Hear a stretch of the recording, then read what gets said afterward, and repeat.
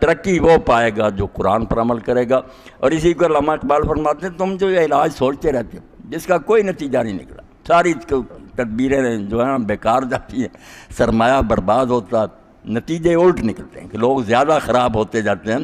تم کیوں نہیں سمجھتے کہ مسلمان کا علاج جو ہے یہ ان چیزوں میں نہیں کہ دولت ہو اور اسکول اور کالج؟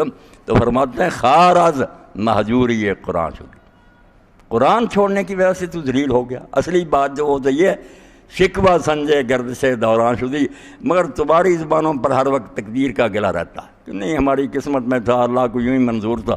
اللہ کو نہیں منظور تھا ایسا، اللہ نہیں ظالم، تم نے ایسا کیا، قرآن کو چھوڑا، نتیجہ یہی نکلا کہ گر گیا، پھر اٹھ نہیں سکے۔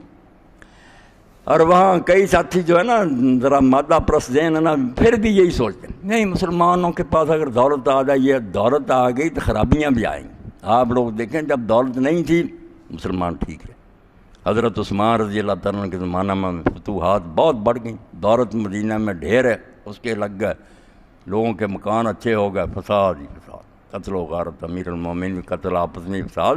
یہ دولت کوئی خیر و برکت والی چیز نہیں، بہت کم لوگ ہیں جس کو پا کر نیک رہتے ہیں۔ وہ داؤد اور سلیمان تھے علیہ السلام جو حکومت کے باوجود اواب رہے، ورنہ بگڑ جاتے۔ اسی لیے علامہ اقبال نے اس پر نظم لکھی ہے کہ اگرچہ زر بھی جہاں ہے میں ہے قاضی الحاجات۔ میں مانتا ہوں کہ دولت سے بھی بہت کام ہوتا، اگرچہ زر بھی جہاں میں ہے قاضی الحاجات، جو فقر سے ہے میسر تونگری سے نہیں۔ سبب کچھ اور ہے تو جس کو خود سمجھتا ہے، اے مسلم پتہ تجھے تو ادھر ادھر بھاگا پھرتا کہ یوں کر لیں یوں کریں، سبب کچھ اور ہے تو جس کو خود سمجھتا ہے، زوال بندہ مومن کا بے زری سے نہیں۔ اس لیے نہیں کہ دولت نہیں رہی، جہاں میں گر کبھی جوہر میرا آشکار ہوا، قلندری سے ہوا ہے تونگری سے نہیں۔ کوئی دولت سے کچھ نہیں بنا۔